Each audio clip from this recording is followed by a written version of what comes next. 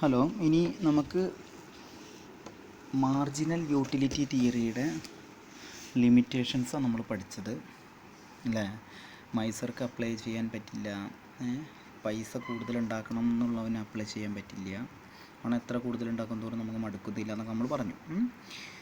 അപ്പം അതുപോലെ rare കളക്ഷൻസിന് ഇതിലോ apply ചെയ്യാൻ പറ്റില്ല. അതുപോലെ ഈ ഇൻടോക്സിക്കേറ്റഡ് ഐറ്റംസ് എല്ലാം ഉപയോഗിക്കുന്ന ആൾക്കാർ, ലിക്കർ, അതുപോലെ ഈ ഇങ്ങനെയുള്ള നമ്മുടെ മറ്റുള്ള ഇൻടോക്സിക്കേറ്റഡ് ആയിട്ടുള്ള തിങ്സുകൾ, ഇതൊക്കെ ഉപയോഗിക്കുന്ന ആളുകൾക്കൊന്നും ഇത് അപ്ലൈ ചെയ്യാൻ കഴിയില്ല എന്നൊക്കെ നമ്മൾ പറഞ്ഞു. ഇനി മാർജിനൽ യൂട്ടിലിറ്റി തിയറിയുടെ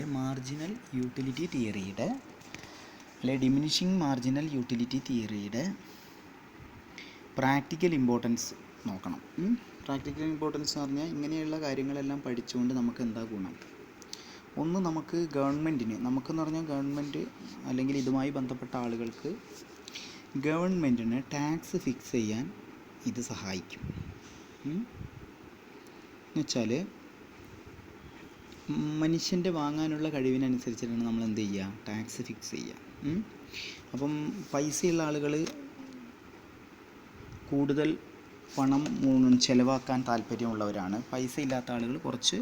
അപ്പോൾ ഗവൺമെൻറ്റിന് രണ്ട് രീതിയിലുള്ള ടാക്സ് സിസ്റ്റം ചെയ്യാൻ പറ്റും. പണം ഉള്ളവനൊരു ടാക്സ്, പണം ഇല്ലാത്തവനൊരു ടാക്സ് എന്നുള്ള നിലയിൽ. ഓക്കെ, അപ്പോൾ ഒരു പ്രത്യേക പ്രൊഡക്റ്റിൻ്റെ മുകളിൽ കൂടുതൽ പണം ചിലവഴിക്കുന്ന ആളുകൾക്ക്, അതായത് റിച്ച് പീപ്പിൾ, അവർക്ക് ഒരു ടാക്സും, പിന്നെ പൈസ കുറച്ച് ചിലവഴിക്കാൻ ആഗ്രഹിക്കുന്ന ആളുകൾക്ക് വേറൊരു ടാക്സും ഏർപ്പെടുത്താൻ പറ്റും. ഓക്കെ, അപ്പോൾ അതാണ് ഒന്നാമത്തെ പ്രാക്ടിക്കൽ ഇമ്പോർട്ടൻസ്. രണ്ട്, വെൽത്തിൻ്റെ ഈക്വൽ ഡിസ്ട്രിബ്യൂഷന് സഹായിക്കും. വെച്ചാൽ ഒരു എക്കോണമി നേരിടുന്ന ഏറ്റവും വലിയ പ്രശ്നമാണ് എന്ത്? Unequal distribution of wealth. ചില ആളുകളുടെ കയ്യിൽ ധാരാളം പൈസയുണ്ട്, ചില ആളുകളുടെ കയ്യിൽ തീരെ പൈസയില്ല. ഇപ്പോൾ മുംബൈ ഒക്കെ നമ്മൾ പറയാറുണ്ട്, ബോംബെ എന്ന് പറയുന്ന സാധനം ഇപ്പോൾ മുംബൈ എന്ന് വിളിക്കുന്നൊക്കെ പറയുന്നത് മോഹൻലാൽ സിനിമ പറയുന്ന പോലെ. മുംബൈയിലൊക്കെ നിങ്ങൾക്ക് വലിയ വലിയ, അതായത് അമ്പരചുംബികളായ എന്നൊക്കെ പറയും, ആകാശം മുട്ടുന്ന കെട്ടിടങ്ങൾ, മൾട്ടി സ്റ്റോറീഡ് ബിൽഡിങ്ങുകൾ കാണാൻ പറ്റും. അതുപോലെ തന്നെ അവിടെ നിങ്ങൾക്ക് എന്തും കാണാൻ കഴിയും, ഈ അത്രയും ചെറ്റപ്പുരകൾ എന്നൊക്കെ പറയണ, അത്രയും ചെറിയ ഈ സ്ലംസ്, എന്താ ഇങ്ങനെയുള്ള ഈ ചേരികളും കാണാൻ പറ്റും. അപ്പോൾ ഇന്ത്യ നേരിടുന്ന ഏറ്റവും വലിയൊരു പ്രശ്നം, ഇന്ത്യ മാത്രമല്ല ലോകം മുഴുവൻ നേരിടുന്ന ഏറ്റവും വലിയൊരു പ്രശ്നമാണ് equal distribution of wealth.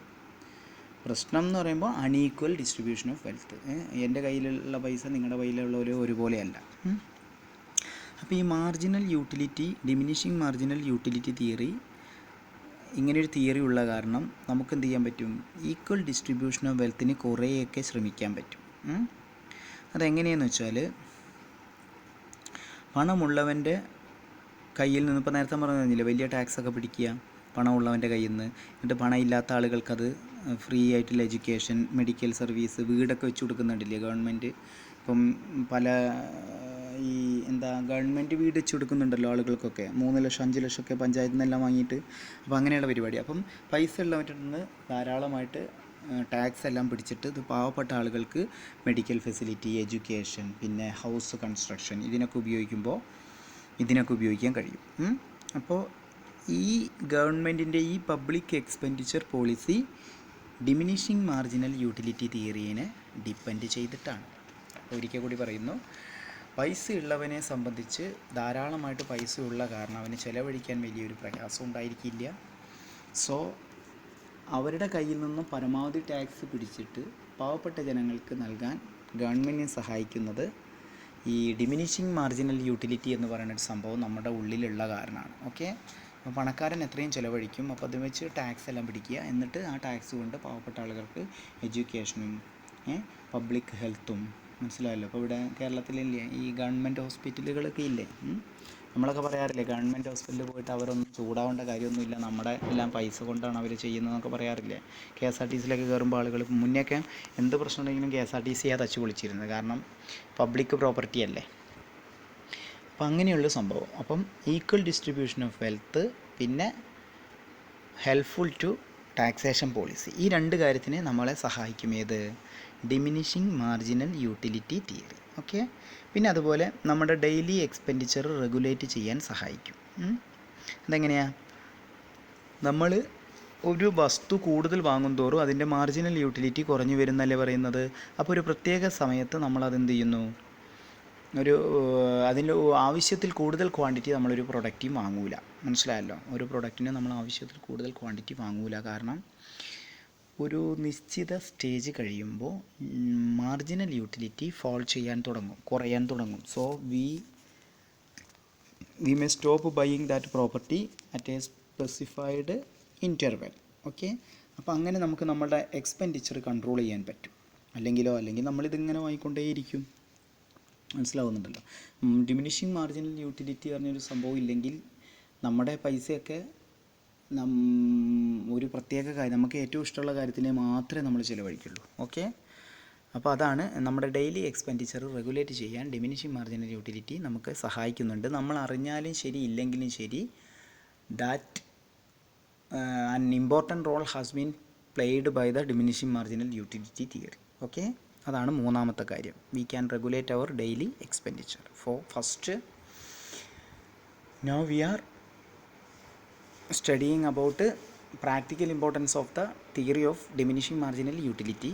First importance is it helps the government to fix the taxation policy. Okay, it helps government equal distribution of wealth. Okay, ഇത് ഈക്വൽ ഡിസ്ട്രിബ്യൂഷൻ ഓഫ് വെൽത്ത് എന്ന് പറയുമ്പോൾ ഞാൻ പെട്ടെന്ന് ചിന്തിച്ചത് എന്താണെന്ന് വെച്ചാൽ, അങ്ങനെ ആയിട്ട് പോലും ഇവിടെ ദാരിദ്ര്യമുണ്ട്. അപ്പോൾ അങ്ങനെയും കൂടി ഇല്ലെങ്കിലുള്ള സ്ഥിതി എന്താവും? ഇപ്പം പറയുന്നത് ലോകത്തിൻ്റെ റിസോഴ്സിൽ 700 കോടിയോളം 750 കോടിയോളം ലോക ജനസംഖ്യയുണ്ട്. ലോക ജനസംഖ്യ, ഇന്ത്യയുടെ അല്ല. 750 കോടിയോളം ജനങ്ങൾ ഈ ഭൂമിയിൽ അധിവസിക്കുന്നുണ്ട്. അപ്പോൾ അങ്ങനെയുള്ള ചില സ്ഥലങ്ങളിൽ പെട്ടെന്ന് സൂര്യൻ ഉദിക്കും, ചില സ്ഥലങ്ങളിൽ വൈകിയ സൂര്യൻ ഉദിക്കുക. നമ്മളുടെ ഭക്ഷണ രീതിയല്ല, വേറൊരു സ്ഥലത്ത് മനുഷ്യരാരും കയറി ചെല്ലാത്ത ഇടങ്ങളിൽ പോലും മനുഷ്യൻ വസിക്കുന്നുണ്ട്. ശ്രദ്ധിക്കണം. കാട്, അങ്ങനെയുള്ള കണ്ടൽ വനങ്ങൾ, ഇങ്ങനെയുള്ള മാരകമായ ഈ ആമസോൺ കാടുകളൊക്കെ ഉണ്ട്, അതിലൊക്കെ മനുഷ്യവാസം ഉണ്ടെന്നാണ് പറയുന്നത്. അപ്പം ഇങ്ങനെ അപ്പം ഈ 700-750 കോടിയോളം ജനങ്ങൾ ഉള്ള ഈ ഭൂമിയിൽ അതിൻ്റെ 10-5% ഈ ഭൂമിയുടെ മൊത്തം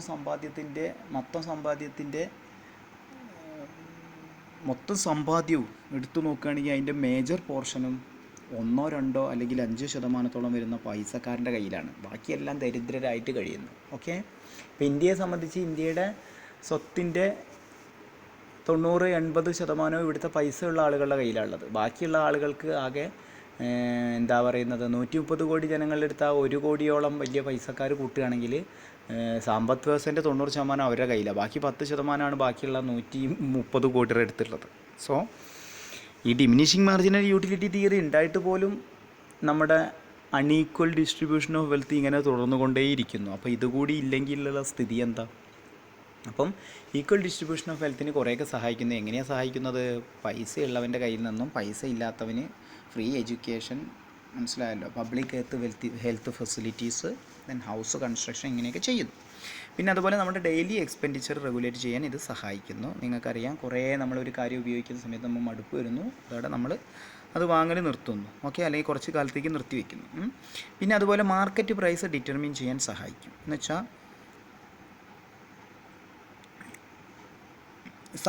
ഒരു സാധനത്തിന് സപ്ലൈ വർദ്ധിക്കും തോറും അതിൻ്റെ ആ സാധനത്തിൻ്റെ പ്രൈസ് ഇങ്ങനെ കുറയാൻ തുടങ്ങും. മനസ്സിലായല്ലോ. ഓക്കെ, അപ്പോൾ അങ്ങനെ മാർക്കറ്റ് പ്രൈസ് ഡിറ്റർമിൻ ചെയ്യാനും നമ്മൾ എന്ത് സഹായിക്കുന്നു? ഈ ഡിമിനിഷിങ് മാർജിനൽ യൂട്ടിലിറ്റി തിയറി സഹായിക്കുന്നു. കാരണം മുതലിങ്ങനെ കൂടുതൽ, ഇപ്പം നമ്മുടെ ഇവിടെ നോക്കൂ, ഇപ്പം പച്ചക്കറിയുടെ ഒക്കെ ഒരു മേളമാണ്. മുന്നേയൊക്കെ വളരെ കുറവായിരുന്നു. ഇപ്പം ഉള്ളിയൊക്കെ കുറവായിരുന്ന സമയത്ത് 70-80 രൂപയൊക്കെ ഉണ്ടായിരുന്നു. ഇപ്പം നോക്കൂ, ഇപ്പം പച്ചക്കറി ചില കാര്യങ്ങൾക്കൊക്കെ വളരെ വില കുറവാണ്. 5 കിലോ ക്യാരറ്റിന് 100 രൂപ, അങ്ങനെ എന്തൊക്കെ പറയും, 20 രൂപ, 10 രൂപ, അങ്ങനെയൊക്കെ പറഞ്ഞിട്ട് വിറ്റിരുന്നു. അപ്പോൾ സപ്ലൈ ഇൻക്രീസ് ചെയ്യുമ്പം ഇങ്ങനെ പ്രൈസ് ഇങ്ങനെ കുറയാൻ തുടങ്ങും. അപ്പം നമ്മുടെ മാർക്കറ്റ് പ്രൈസ് ഡിറ്റർമിൻ ചെയ്യാൻ ഡിമിനിഷിങ് മാർജിനൽ യൂട്ടിലിറ്റി സഹായിക്കും. കാരണം ഇതിങ്ങനെ കൂടുതൽ വരുന്തോറും ജനങ്ങൾക്ക് അതിനോട് വലിയ താല്പര്യം വരില്ല. അപ്പോൾ അതിനനുസരിച്ച് നമുക്ക് അതിൻ്റെ ആ പ്രോഡക്റ്റിൻ്റെ പ്രൈസ് ഫിക്സ് ചെയ്യാൻ പറ്റും. ഓക്കെ. പിന്നെ മോണോപോളിസ്റ്റ് എന്ന് പറയുന്ന കുത്തകകളുണ്ട്. കുത്തകകളെ സഹായിക്കും ഈ ഒരു തിയറി. കുത്തകകളെ എങ്ങനെ സഹായിക്കുക? പല ടൈപ്പ് ഓഫ് ആളുകൾക്ക് പല ടൈപ്പ് ഓഫ് വിലയ്ക്ക് പല ടൈപ്പ് ഓഫ് പ്രൊഡക്റ്റുകൾ വിൽക്കാൻ കുത്തകകളെ മാർജിനൽ യൂട്ടിലിറ്റി തിയറി സഹായിക്കും. ഓക്കെ. പൈസ ഉള്ളവന് ഒരു വില, പൈസ ഇല്ലാത്തവന് വേറൊരു വില, മനസ്സിലായല്ലോ. ഇനി ശരാശരി പൈസ ഉള്ളവന് വേറെ വില. അപ്പോൾ നിങ്ങൾക്കൊരു മാർക്കറ്റിൽ നിങ്ങൾ പ്രൊഡക്റ്റിൻ്റെ ഒരു ഡൈവേഴ്സിഫൈഡ് പ്രൊഡക്റ്റിൻ്റെ സ്പെസിഫിക്കേഷനൊക്കെ എടുത്തു കഴിഞ്ഞാൽ ഒരേ കമ്പനി തന്നെ പല പല പ്രൈസ് ടാഗുള്ള പ്രൊഡക്റ്റുകൾ ഇറക്കുന്നുണ്ട്. അത് പല പല ഇൻകം ലെവൽ പീപ്പിളിനെ എയിം ചെയ്തിട്ടുള്ളതാണ്. ഓക്കെ. അപ്പോൾ മോണോപോളിസ്റ്റിനെ എങ്ങനെ സഹായിക്കുന്നത് വെച്ചാൽ different price different level of കസ്റ്റമേഴ്സിന് അല്ലെങ്കിൽ ഡിഫറൻറ്റ് ഇൻകം ഉള്ള കസ്റ്റമേഴ്സിന് ഡിഫറൻറ്റ് പ്രൈസ് ഫിക്സ് ചെയ്യാൻ ഇത് സഹായിക്കും. ഓക്കെ. പിന്നെ എക്കണോമിക് ലോയുടെ ഒരു ബേസിസ് ആണ് ഇത് മാർജിനൽ യൂട്ടിലിറ്റി തിയറി.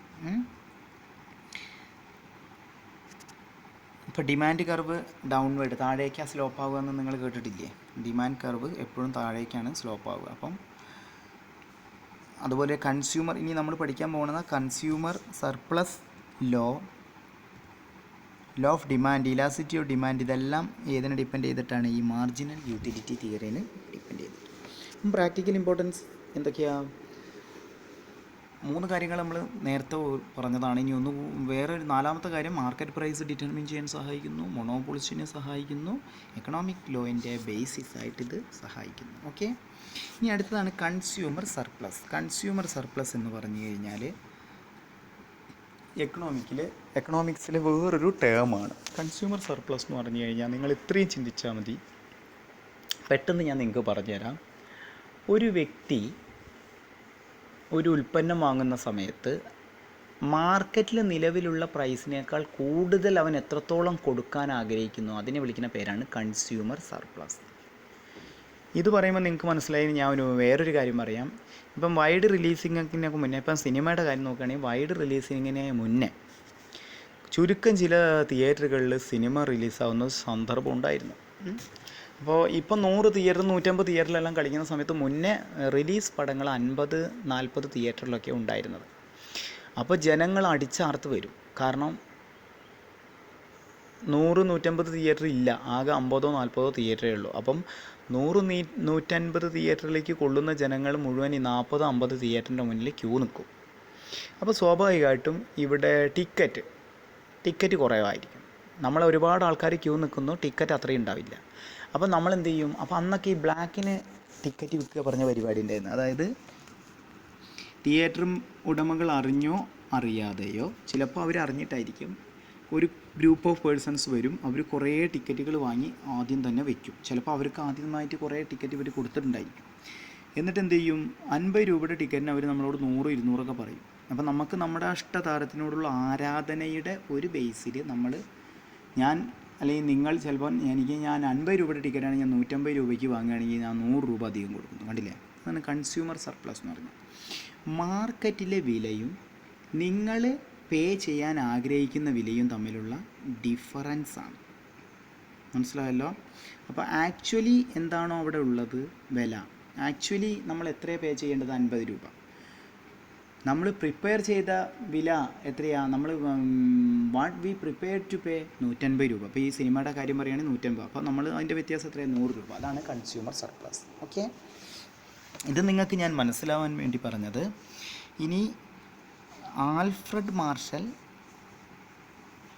കൺസ്യൂമർ സർപ്ലസിനെ കുറിച്ച് ഇങ്ങനെ പറയുന്നു: consumer surplus is the excess of the price which we would be willing to pay rather than go without the thing over what we actually pay is the economic measure of this surplus satisfaction. നോക്കൂ, consumer surplus is excess of the price.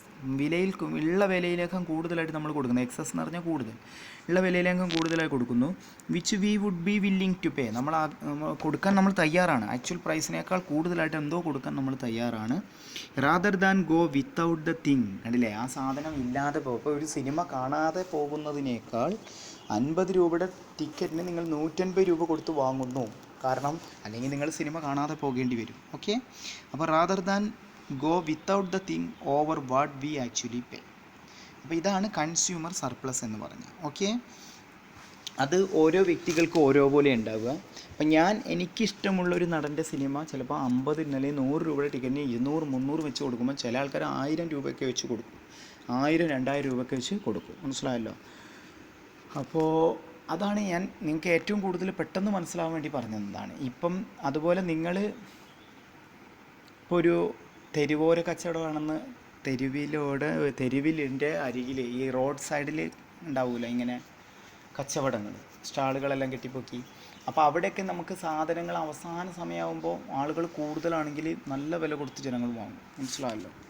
അപ്പോൾ അതാണ്. അപ്പം മാർക്കറ്റിലുള്ള വിലയേക്കാൾ കൂടുതൽ ഈ പിന്നെ ചില അരക്ഷിതമായ അവസ്ഥയിലും ഇങ്ങനെയൊക്കെ ഉണ്ടാവും. ചെന്നൈയിൽ ഫ്ലഡ് ഉണ്ടായ സമയത്ത് വെള്ളപ്പൊക്കം, അത് പിന്നെ ഒരു മനുഷ്യത്വം ഇല്ലാത്ത പ്രശ്നമാണ്. വെള്ളപ്പൊക്കം ആയപ്പം ആളുകൾക്ക് ഭയങ്കര ദുരിതമായ സമയത്ത് കുടിവെള്ളം കിട്ടാനുണ്ടായിരുന്നില്ല. ചെന്നൈയിൽ പേപ്പറിലൊക്കെ ഉണ്ടായിരുന്നു. അപ്പം ഈ 15-20 രൂപ ഈടാക്കുന്ന കുപ്പിവെള്ളത്തിന് 200 രൂപ കൊടുത്തിട്ട് ജനങ്ങൾ വാങ്ങിയിരുന്നു എന്നാണ് പറയുന്നത്. അത്രയും മനുഷ്യൻ തുഷ്ടനാണ്. കുടിവെള്ളത്തിന് 15-20 രൂപയുടെ സാധനത്തിന് 200-150 രൂപയെല്ലാം കൊടുത്തിട്ട് വിറ്റിരുന്നു. അത്രയും ദുഷ്ട സ്വഭാവം മനുഷ്യനുണ്ട്. അപ്പം ഞാൻ പറയുന്നത് എന്താണെന്ന് വെച്ചാൽ അത് ഒരു പല പല സിറ്റുവേഷനിൽ പല പോലെയാണ്. നിങ്ങൾ ചില കാര്യങ്ങൾ നിങ്ങൾക്ക് 5 രൂപയുടെ സാധനം ചിലപ്പോൾ നിങ്ങൾക്ക് 50 രൂപയ്ക്ക് വാങ്ങേണ്ട ഒരു സിറ്റുവേഷൻ വരും. അപ്പം 45 കൺസ്യൂമർ സർപ്ലസ്. ഓക്കെ, അപ്പോൾ ഇതാദ്യമായിട്ട് ഡെവലപ്പ് ചെയ്തത് എ.ജെ. ഡ്യൂപ്യൂട്ട് എന്ന് പറഞ്ഞൊരു വ്യക്തിയാണ്. ഫ്രാൻസിലുള്ള ഒരു എൻജിനീയർ 1844. ഓക്കെ, അപ്പോൾ ഏകദേശം 160-170 വർഷം മുന്നെയാണ് ഈ കൺസെപ്റ്റ് ഉടലെടുത്തത്. ആലോചിച്ച് നോക്കൂ, നമ്മുടെ ഒരു 2, 3, 4 തലമുറ ബാക്കിലാണ് ഈ സംഭവം കൺസ്യൂമർ സർപ്ലസ് എന്ന് പറഞ്ഞൊരു സാധനം ഇങ്ങനെയൊരു ഭൂമിയിലുണ്ട് എന്ന് ആര് കണ്ടെത്തിയത്? എ.ജെ. ഡ്യൂപ്യൂട്ട്. ചിലപ്പം പരീക്ഷയ്ക്ക് ചോദിക്കും ഹൂ ഇൻവെൻറ്റഡ് കൺസ്യൂമർ സർപ്ലസ്. അപ്പോൾ എ.ജെ. ഡ്യൂപ്യൂട്ടാണ്, ഫ്രഞ്ച് എൻജിനീയറാണ്, എക്കണോമിസ്റ്റാണ്. 1844 സംഭവം. ഓക്കെ, അപ്പോൾ ഇദ്ദേഹം എന്താ ഇത് വെച്ചിട്ടുണ്ടാവും, ഒരു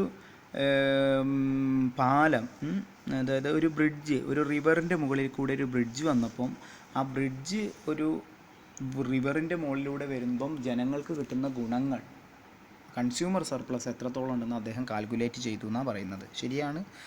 ഇപ്പോഴും നമുക്കറിയാം, നമ്മൾ പേപ്പറിലൊക്കെ വായിക്കാറുണ്ട്.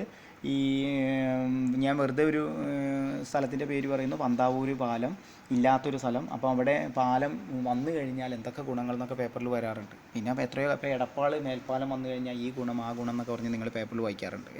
പക്ഷേ ഇപ്പം വന്നിട്ടില്ല സംഭവം, അത് പ്രോഗ്രസ്സാണ് വർക്ക്. അപ്പോൾ അങ്ങനെയൊക്കെ കാര്യങ്ങളുണ്ട്. നമുക്കൊരു കാര്യം വരുന്നു കഴിഞ്ഞാൽ നമുക്ക് എത്രത്തോളം ഗുണമുണ്ട്. അപ്പോൾ അതാണ് കൺസ്യൂമർ സർപ്ലസ് എന്ന് പറഞ്ഞാൽ. It is the excess amount we would willing to pay rather than go without the thing. മനസ്സിലായല്ലോ? അപ്പം ക്ലിയറായി എന്ന് ഞാൻ കരുതുന്നു. ഓക്കെ, ഇനി കൺസ്യൂമർ സർപ്ലസിൻ്റെ ഒരു അതിൻ്റെ ഒരു നമ്മൾ പറയില്ല ഇക്വേഷൻ ഉണ്ട്. Consumer surplus is equal to what we prepared to pay minus what we actually pay. മനസ്സിലായല്ലോ? അപ്പോൾ ആക്ച്വൽ പേന്ന് നമ്മൾ പ്രിപ്പയർ ചെയ്യുന്നത്, അപ്പം 150 രൂപയാണ് നമ്മൾ പ്രിപ്പറേഷൻ നടത്തിയത്. ആക്ച്വലി എത്രയേ ഉള്ളൂ? 50 രൂപ. അപ്പോൾ 100 രൂപയാണ് നമ്മുടെ അതുപോലെ അല്ലെങ്കിൽ നിങ്ങൾക്ക് വേറൊരു ഇക്വേഷൻ ഉപയോഗിക്കാം, total utility minus total amount spend. മനസ്സിലായല്ലോ? Total utility minus total amount spend. Total utility പറഞ്ഞാൽ മാർക്കറ്റ് പ്രൈസ് ഇൻറ്റു ക്വാണ്ടിറ്റി പർച്ചേസറാണ്. ഓക്കെ, അതന്നെയല്ലേ ടോട്ടൽ യൂട്ടിലിറ്റി പറഞ്ഞാൽ? അങ്ങനെയല്ലേ, മാർക്കറ്റിലെ വില ഇൻറ്റു ക്വാണ്ടിറ്റി പർച്ചേസർ. ഇപ്പം ഞാൻ ഒരു വെറുതെ പെട്ടെന്ന് പറയുന്നു കേട്ടോ, 5 ആപ്പിൾ 10 രൂപ വെച്ചിട്ട് 5 ആപ്പിൾ വാങ്ങുമ്പം 5 × 10 50 രൂപയാണ് എനിക്ക് ടോട്ടൽ യൂട്ടിലിറ്റി കിട്ടുന്നത്. മനസ്സിലായല്ലോ?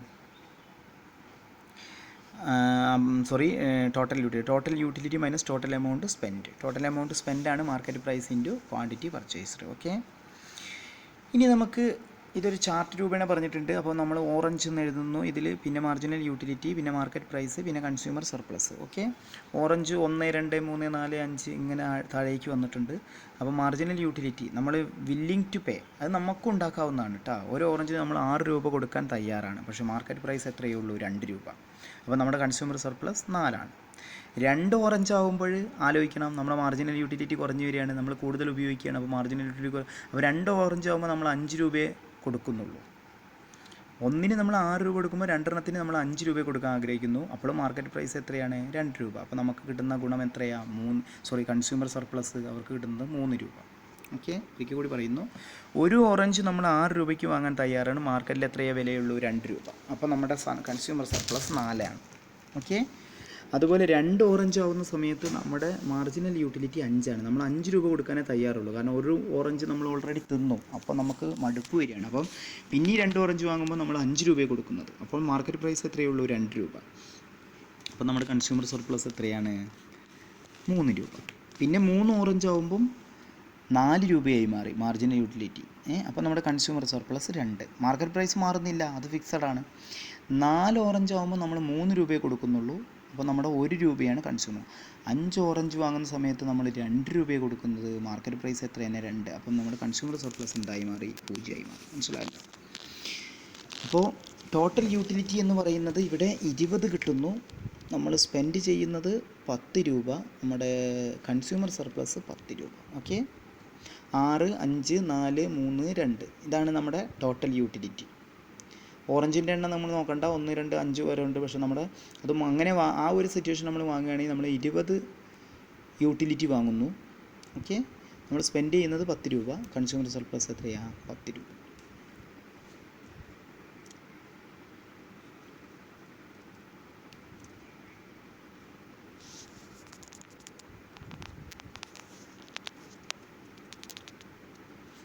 അപ്പോൾ ഇതാണ് നമുക്ക് കൺസ്യൂമർ സർപ്ലസിനെ കുറിച്ച് പറയാനുള്ളത്.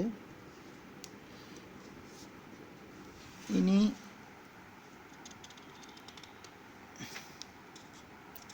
കൺസ്യൂമർ സർപ്ലസിൻ്റെ അസംഷൻസ് ഉണ്ട്, അതും കൂടി പറയാം.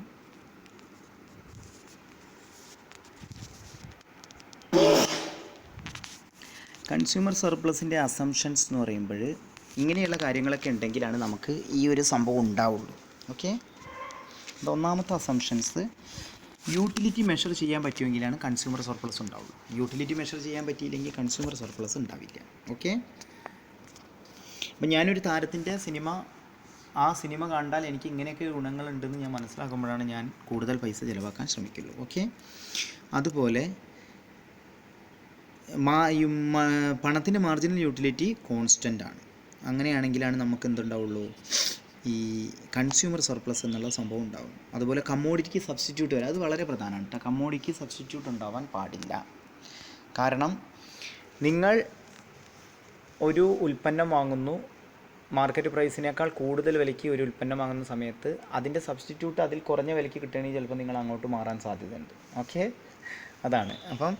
അതിപ്പം ഒരു സിനിമയുടെ കാര്യം തന്നെ എടുക്കുകയാണെങ്കിൽ ഒരു തിയേറ്ററിൽ നമുക്ക് ഇഷ്ടപ്പെട്ട പിന്നെ മറ്റേ തിയേറ്ററിൽ നമുക്ക് കുറച്ചുകൂടി ഇഷ്ടം കുറവുള്ള, അപ്പം വളരെയധികം ഇഷ്ടമുള്ളതും എന്നാൽ അതുപോലെ ഇഷ്ടമല്ല. അപ്പം മമ്മൂട്ടി മോഹൻലാലും തന്നെ എടുക്കുക. അപ്പം നമുക്ക് രണ്ടും ഒരു സിനിമ റിലീസ് ഉണ്ടെങ്കിൽ 2 തിയേറ്ററിൽ കളിക്കുന്നുണ്ടെങ്കിൽ മോഹൻലാലിൻ്റെ പടത്തിന് നമ്മൾ ഈ കൂടുതൽ വില ചോദിക്കുന്ന സമയത്ത് നമ്മൾ ചിലപ്പോൾ അത് വാങ്ങാതെ മമ്മൂട്ടിയുടെ പടം പോയി കാണും.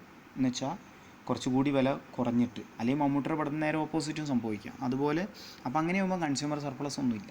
മനസ്സിലായല്ലോ? അപ്പോൾ സബ്സ്റ്റിറ്റ്യൂട്ട് ഉണ്ടാവാൻ പാടില്ല. സബ്സ്റ്റിറ്റ്യൂട്ട് ഉണ്ടാകുമ്പോൾ ചിലപ്പോൾ നമ്മൾ ഉപയോഗിക്കാൻ വിചാരിച്ച പ്രോഡക്റ്റ് വാങ്ങാതെ സബ്സ്റ്റിറ്റ്യൂട്ട് വാങ്ങിയേക്കാം. അപ്പോൾ പിന്നെ നമുക്ക് കൺസ്യൂമർ സർപ്ലസ് ഒന്നും പോകുന്നില്ല. അതുപോലെ നമ്മുടെ ടേസ്റ്റ്, പ്രിഫറൻസ്, ഇൻകം എല്ലാം ഒരുപോലെ ആയിരിക്കണം. മനസ്സിലായല്ലോ? അതുപോലെ നമ്മുടെ കമ്മോഡിറ്റിയുടെ utility depends on the quantity of that commodity. Okay, എന്നുവെച്ചാൽ എന്താ, ഒരു വസ്തുവിൻ്റെ യൂട്ടിലിറ്റി അതിലടങ്ങിയിരിക്കുന്ന ക്വാണ്ടിറ്റീനെ ഡിപ്പെൻഡ് ചെയ്തിട്ടായിരിക്കണം. മനസ്സിലായല്ലോ? അല്ലെങ്കിൽ നമുക്കൊരിക്കലും കൺസ്യൂമർ സർപ്ലസ് എന്നുള്ള സംഭവം ഉണ്ടാവില്ല. അപ്പോൾ കൊക്കക്കോളയുടെ ഗുണം കൊക്കക്കോളയുടെ ക്വാണ്ടിറ്റിയിലാണ്. പെപ്സിയുടെ ക്വാണ്ടിറ്റിയുമായിട്ട് നമുക്കിതിനെ താരതമ്യപ്പെടുത്താൻ പറ്റില്ല. ഓക്കെ, കൊക്കക്കോള തന്നെ വേണമെന്ന് നമ്മൾ കരുതുകയാണെങ്കിൽ അത് തന്നെ വാങ്ങി കുടിക്കും. ശ്രദ്ധിക്കണം, കൊക്കക്കോള അല്ലാണ്ട് വേറൊന്നും ഞാൻ കുടിക്കില്ല എന്ന് തീരുമാനിച്ചു കഴിഞ്ഞാൽ പിന്നെ പെപ്സി വാങ്ങി കുടിക്കേണ്ട കാര്യമില്ല. അപ്പം കൊക്കക്കോള കുടിക്കണമെങ്കിൽ കൊക്കക്കോള കുറവാണെങ്കിൽ പിന്നെ നമ്മൾ കൺസ്യൂമർ സർപ്ലസ് നമുക്ക് കൊടുത്തേ മതിയാകൂ. നിങ്ങൾ കൊക്കക്കോള മാത്രമേ കുടിക്കുള്ളൂ എന്ന് ശടിക്കുകയാണെങ്കിൽ കൊക്കക്കോള കുറവായ സമയത്ത് നമ്മൾ എന്ത് വില കൊടുത്തും കൊക്കക്കോള വാങ്ങി കുടിക്കും. പക്ഷെ നിങ്ങൾ പെപ്സി കൂടി കുടിക്കണമെന്നുള്ളൊരു ചിന്താഗതിയാണെങ്കിൽ പിന്നെ ഈ ലോ അപ്ലൈ ചെയ്യാൻ പറ്റില്ല.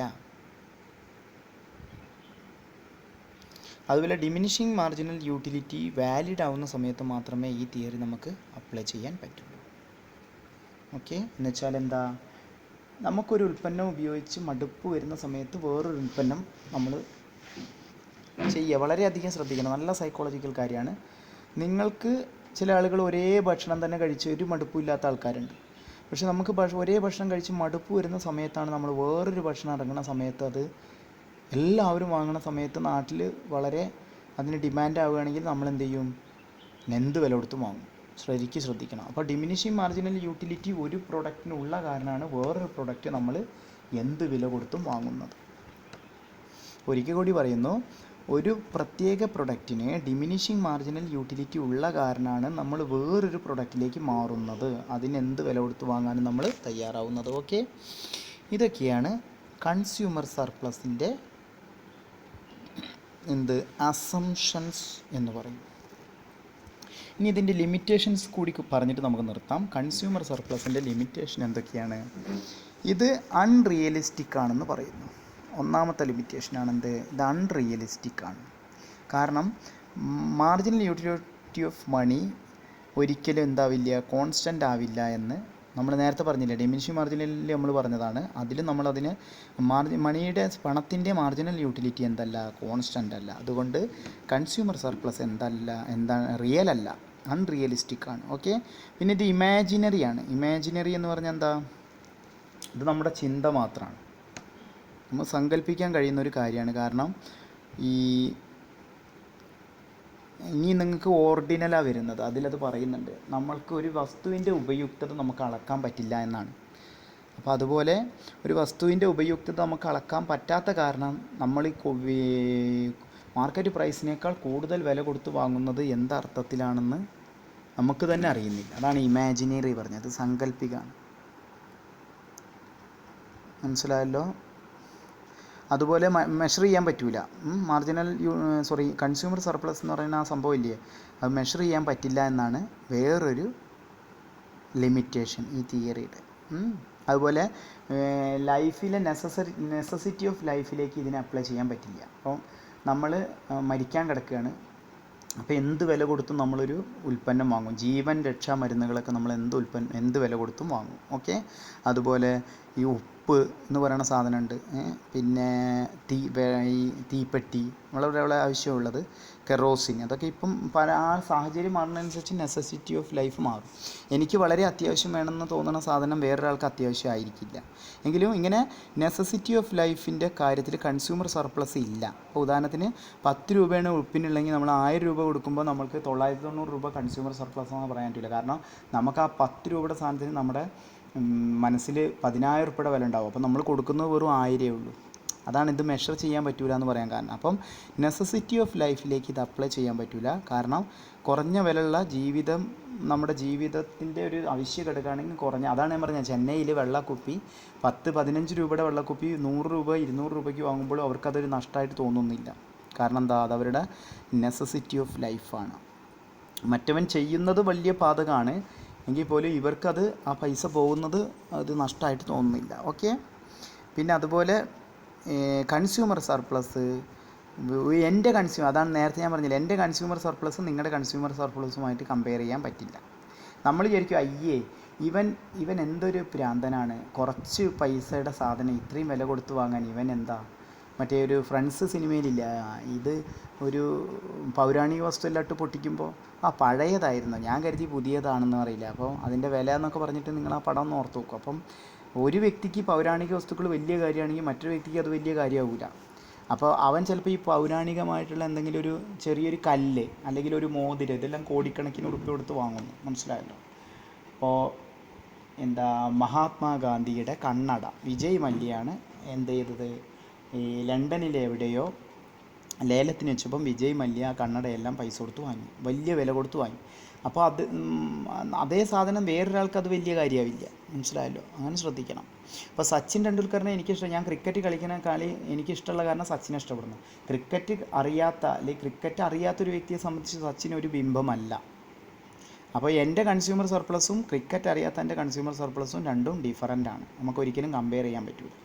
അപ്പോൾ ഞാൻ സച്ചിൻ്റെ എന്തെങ്കിലും ഒരു കാര്യം അല്ലെങ്കിൽ ഒരു ഒപ്പിട്ട ബാറ്റ് ലേലത്തിന് വയ്ക്കുമ്പോൾ വലിയ വില കൊടുത്ത് വാങ്ങണത് മറ്റൊരാൾക്ക് എന്ത് വിഡിത്തായിട്ട് തോന്നും, കാരണം അവന് ക്രിക്കറ്റും അറിയില്ല സച്ചിനും അറിയില്ല. ഓക്കെ, അപ്പോൾ difficult to compare the consumers or different persons. Okay, അതുപോലെ ഇൻകം എഫക്റ്റിനെ ഇത് നെഗ്ലക്റ്റ് ചെയ്യുകയാണ്. ഇൻകം എഫക്റ്റ് എന്ന് പറഞ്ഞാൽ എന്താ? നമ്മൾക്ക് ഇൻകം കൂടുന്തോറും നമ്മൾ കൂടുതലായിട്ട് ഉൽപ്പന്നങ്ങൾ സ്വന്തമാക്കാൻ ശ്രമിക്കും. അപ്പോൾ അത് സ്വാഭാവികമാണ്, അത് കൺസ്യൂമർ സർപ്ലസ് അല്ല എന്നാണ് പറയുന്നത്. അതായത് എൻ്റെ കയ്യിൽ കൂടുതൽ പൈസ ഉണ്ടെങ്കിൽ ഞാൻ 50 രൂപയുടെ മുതൽ 1500 2000 വാങ്ങാൻ താല്പര്യപ്പെടും, കാരണം എൻ്റെ കയ്യിൽ കാശുണ്ട്. അപ്പോൾ ഇൻകം എഫക്റ്റ്, പക്ഷേ നമ്മൾ അസംഷനിൽ പറയുന്നുണ്ട് നമ്മുടെ ഇൻകം ചേഞ്ച് ആവാതിരിക്കണം എന്ന്. അസംഷൻസിൽ ഇതിലെല്ലാം പറയുന്നുണ്ട് എങ്കിൽ പോലും ഇതിൻ്റെ ഡീമെറിറ്റാണ്. ഇൻകം കൂടുന്തോറും നമുക്ക് കൂടുതൽ നമ്മൾ ചിലവഴിക്കും. അപ്പോൾ അതിനെ കൺസ്യൂമർ സർപ്ലസ് എന്നൊന്നും പറഞ്ഞ് വിളിക്കാൻ പറ്റില്ല എന്നാണ്